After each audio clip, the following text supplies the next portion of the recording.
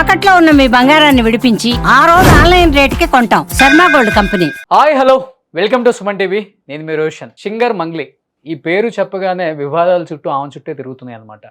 అంటే గత 3-4 నెలల నుంచి కూడా రకరకాల వివాదాలలో ఎప్పుడు మంగ్లీ పేరు వినిపిస్తూనే ఉంది. తను కూడా బయటకు వచ్చి ఎక్స్ప్లెనేషన్ ఇచ్చుకుంటూనే ఉన్నారు ప్రతిదానికి కూడా. నిన్న కూడా మీడియా ముందుకు వచ్చి ఎమోషనల్ అయ్యారు, ఏడ్చేశారు కూడా. అంటే మా తమ్ముడికి దీంట్లో ఇన్వాల్వ్మెంట్ లేదు, ఆ 100 కోట్లు కౌంట్ చేసింది మా తమ్ముడు కూడా కాదు, అండ్ అడ్వకేట్ సుబ్బుకు మాకు సంబంధమే లేదు. తను నా పేరు చెప్పుకొని బిగ్ బాస్కి వెళ్ళాలి, ఫేమ్ అవ్వాలి అని చెప్పేసి నా పేరు వాడుకొని నా మీద కేసులు పెట్టడం, 10 కోట్లు ఇవ్వాలని చెప్పేసి తన పేరు, వాళ్ళ బ్రదర్ పేరు, అట్ ది సేమ్ టైం విరాట పర్వం తీసిన డైరెక్టర్ వేణు ఉడుగుల పేరు కూడా చెప్పడం జరిగింది. ఇమీడియట్గా వేణు గారికి నేను కాల్ చేస్తే దీంట్లో ఎటువంటి సంబంధం లేదు, నాకు అనవసరంగా నన్ను లాగుతున్నారు, కానీ ఎందుకు నాకు తెలియదని చెప్పేసి మాట్లాడారు. కానీ ఆయన మీడియా ముందుకు వచ్చి ఎక్స్ప్లెనేషన్ కూడా ఇవ్వలేదు. ప్రజెంట్ నాతో పాటు లైవ్లో మాట్లాడడానికి సిద్ధంగా ఉన్నారు వేణు గారు. వేణు గారు నమస్తే. నమస్తే. నమస్తే అండి. ఏంటి ఎక్కడో కార్లో వెళ్ళిపోతున్నారు, ఇక్కడ ఉండి ఈ తలకాయ నొప్పి భరించలేక హ్యాపీగా ఏదైనా అవుట్ స్టేషన్ వెళ్ళి రిలాక్స్ అవుదామని వెళ్ళిపోతున్నారా, లేకపోతే? ఇప్పుడు విషయం ఏంటంటే మంగ్లీ వర్సెస్ సుబ్బారావు లాగా అయింది పంచాయతీ. అసలు బాధితులకి కదా? న్యాయం జరగాల్సింది ఎవరు? బాధితులకు కదా న్యాయం జరగాల్సిందే. ఎగ్జాక్ట్లీ. బాధితులు వర్సెస్ మధు డబ్బులు వసూలు చేసినాడు, వాళ్ళిద్దరి మధ్యలో కదా జరగాల్సిన పంచాయతీ. ప్రజల ముందు వాళ్ళని కదా మనము నిలబెట్టాల్సింది, మధుని కదా దోషిగా నిలబెట్టాల్సింది. సో మీకు ఈ తెలుసా అండి మధ్యలో వేణు గారు? తెలియదు, నాకు ఎవ్వరు తెలియదు. నాకు ఓన్లీ మంగ్లీ తెలుసు, తర్వాత సుబ్బారావు తెలుసు. నాకు ఇద్దరు తెలుసు కాబట్టి నేనేమన్నానంటే, ముందు ఆ మధు అనేటువంటి పట్టుకోండి, పోలీసులకి వాడి మీద కంప్లైంట్ ఇవ్వండి, అప్పుడు బాధితులకు న్యాయం జరుగుతుంది. మీరు ఇట్లా ఆరోపణలు చేసుకుంటే ఏం లాభం అని నేను శాంతియుతంగా పరిష్కరించుకోండి అని మాత్రమే నేను చెప్పా. ఇద్దరు తెలిసిన వ్యక్తులు కావటం వల్ల అలా చెప్పడం అన్న తప్ప అండి? పెద్దరికం వహించారు, మీ పేరు బయటకు వచ్చింది అంతే. ఇంకా పెద్దరికం లేదేం లేదు. వాళ్ళిద్దరూ ఇప్పుడు మంగ్లీ ఎప్పటి నుంచో నాకు పరిచయము, మన సినిమాకు వాడింది, తర్వాత నా సినిమాల్లో వాడింది, చాలా V6 లో ఉన్నప్పటి నుంచే నాకు తెలుసు. సుబ్బారావు కూడా నాకు పరిచయం. సో ఇద్దరు తెలిసిన వాళ్ళు కాబట్టి నేను మంగ్లీ అడిగితే అతనికి చెప్పా. కానీ ఆ మధు మీద ఇంతవరకు మంగ్లీ కేసు పెట్టలేదు. దానివల్ల తీవ్రమైన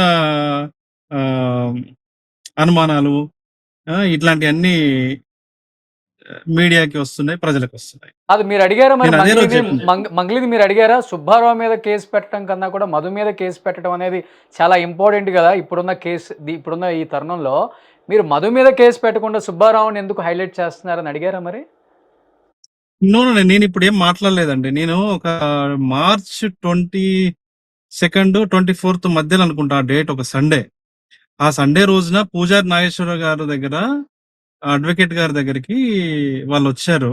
నేను ఉన్నాను, పూజారి నాగేశ్వరరావు గారు ఉన్నారు, ఇంకొక 2 మనుషులు వేరే బయట వాళ్ళు ఉన్నారు, సుబ్బారావు, మంగ్లీ ఉన్నారు, కొంతమంది బాధితులు కూడా ఉన్నారు. ఆ రోజున అందరూ వచ్చారు అక్కడికి. అయితే నేను అదే రోజు చెప్పిన, ముందు మధు అనేటోడు నీ పేరు పెట్టి, నీ పేరు చెప్పి వసూలు చేశాడు కాబట్టి ముందు ఆ మధు అనే వాడి మీద మీరు కేసు పెట్టండి. ఆ మధు అనేటోనితోని మంగ్లీకి నాకు ఎటువంటి సంబంధం లేదు, అంటే ఈ జరిగిన దీనికి మంగ్లీకి సంబంధం లేదని వాడి చేత చెప్పించండి, వాడి చేత ఒక ప్రెస్ నోట్ ఇప్పించండి, నువ్వు బయటపడతావు అని ఆ రోజు చెప్పాము. నేను వెళ్ళిపోయా. ఆ రోజు అది క్లోజ్ అయింది. సుబ్బారావు కూడా ఏమన్నాడంటే ఆ రోజున, అన్న మీరు ఆ మధు అనే వాడితోని ఒక వీడియో గనక చేపిస్తే ఈ అమ్మాయికి ఏమి సంబంధం లేదని వీడియో చేయించండి, నేను ఈ అమ్మాయి జోలికి రాను అన్నాడు. ఆ రోజు మీటింగ్ అలా కన్క్లూడ్ అయింది. తర్వాత ఆ అమ్మాయి మధు అనే వాడితో వీడియో చేయించలేదు, మధు అనే అతని మీద కేసు పెట్టలేదు. ఆ తర్వాత నేను కూడా పట్టించుకోవడం మానేశా. సడన్ గా మళ్ళీ మొన్న వేణువులకు సంబంధం ఉంది అని చెప్పేసి అందరు యూట్యూబ్ ఛానల్స్, మీడియా వాళ్ళందరూ రాస్తుంటే మళ్ళీ మొన్న నేను ఒక క్లారిఫికేషన్ ఇచ్చా, ప్రెస్ నోట్ ఇచ్చాను. సుబ్బారావు కూడా వీడియోలో చెప్పాడు, వేణువుడులకి ఇందులో ఎటువంటి సంబంధం లేదండి, బాధితుల పక్షాన వేణువుడులో ఉన్నాడు అని. నేను బాధితులకి న్యాయం జరగడం కోసం మాత్రమే ఆ మాత్రం నేను ఇద్దరి వైపున, ఇద్దరి మధ్యలో ఉండి మాట్లాడడం జరిగింది.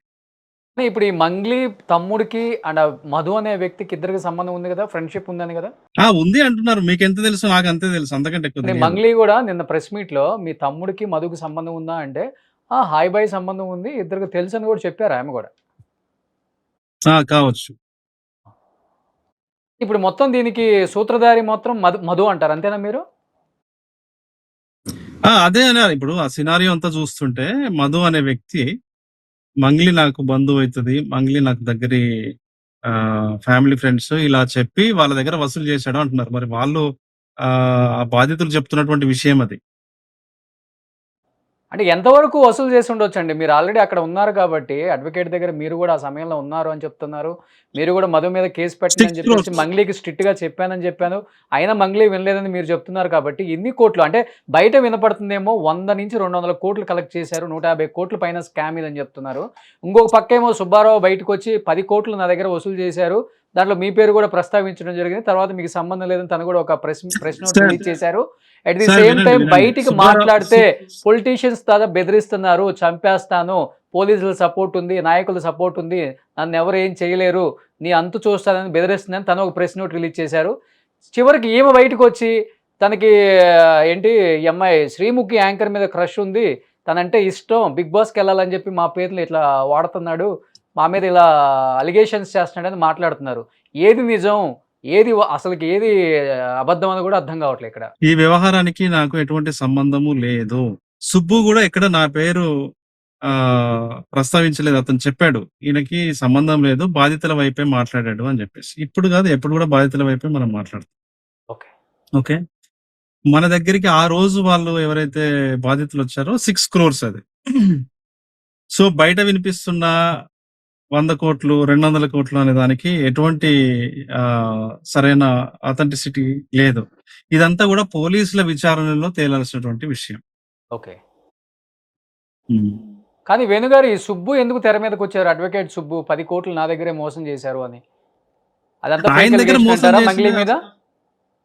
లేదు, ఆయన ఏం చెప్పలేదు అట్లా. నా క్లయింట్స్ దగ్గర 10 కోట్లు అని అన్నాడు అంతే. అతని దగ్గర 10 కోట్లు ఏం కాదు. సో ఆ విషయం బయట పెడితే చంపిస్తానని భయపిస్తున్నారు, అంతే కదా? అని ఆయన అలిగేషన్ అది. ఓకే. ఆమె బెదిరించింది అని ఆయన అంటున్నాడు. మనకు తెలియదు ఆ విషయం. కానీ వాస్తవంగా మీకు ఎప్పటి నుంచో పరిచయం మంగ్లీ ఇండస్ట్రీలో దాదాపు 14-15 ఇయర్స్ నుంచి ఉన్నారు, అందరికీ తెలిసిన వ్యక్తే. తను నిన్నేదో మాట్లాడుతున్నారు కానీ బాధలో మీడియాకి నేను ఇంటర్వ్యూలు ఇవ్వట్లేదని మీడియా నా మీద కోపంతో చెలరేగిపోతుందని, అది తప్పు. ఆమె ఆ బాధలో మాట్లాడింది, అది వేరే విషయం పక్కన పెడితే, ఏదైతే కేసు పెట్టినా ఒక ఎఫ్ఐఆర్ వచ్చిందో దాన్ని ఆధారంగా తీసుకొని కొంతమంది వేసిందే, అది మీకు తెలుసు, అది వాస్తవమా? మీడియా లేకపోతే ఇక్కడ మీ ఎదురుగా నేను ఉండేవాడిని కాదు, మంగ్లీ ఉండేది కాదు, ఎవరు ఉండేది కాదు.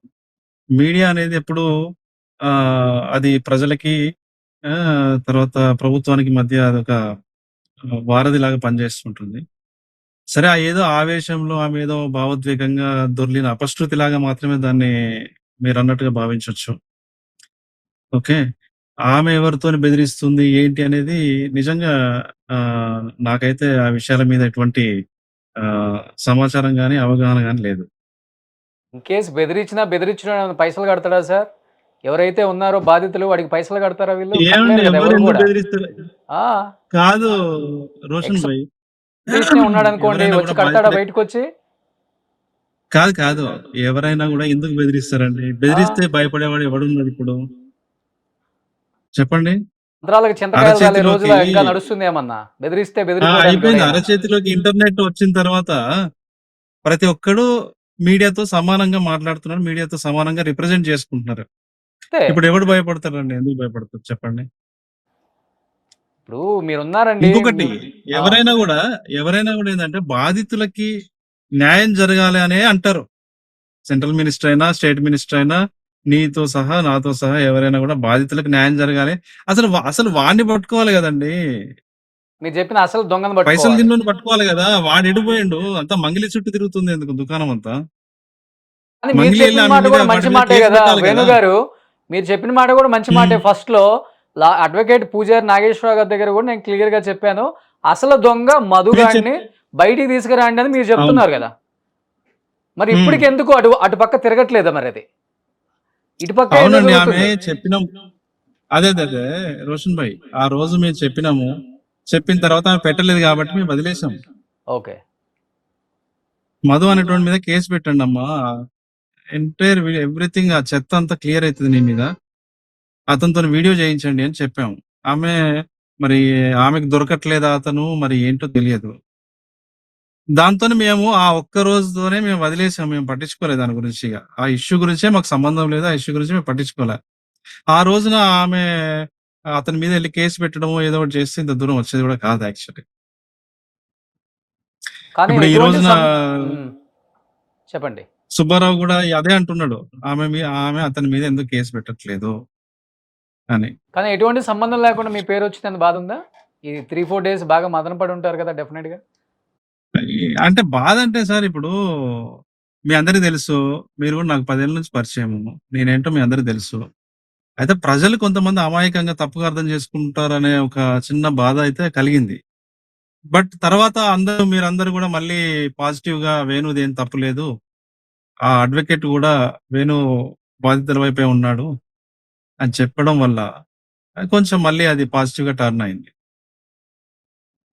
సో ఎనీహౌ వేణు గారు, మీరు చెప్పేదాన్ని బట్టి ఫైనల్‌గా మాకైతే ఒక కన్క్లూజన్ వచ్చేసింది. ఎవరైతే దొంగున్నారో ఆ దొంగను పట్టించి మీరందరూ బయటపడండనే ఫస్ట్ నుంచే చెప్తున్నాం గానీ, ఆ దొంగను పట్టించకుండా వీళ్ళంతా దాన్ని ఇంకొక వైపు టర్న్ చేయటం వల్ల నిజంగానే ఇంతమంది ఇన్వాల్వ్ అయ్యున్నారేమో అన్న ఒక ఆలోచన అయితే బయట చిన్నగా స్టార్ట్ అయింది.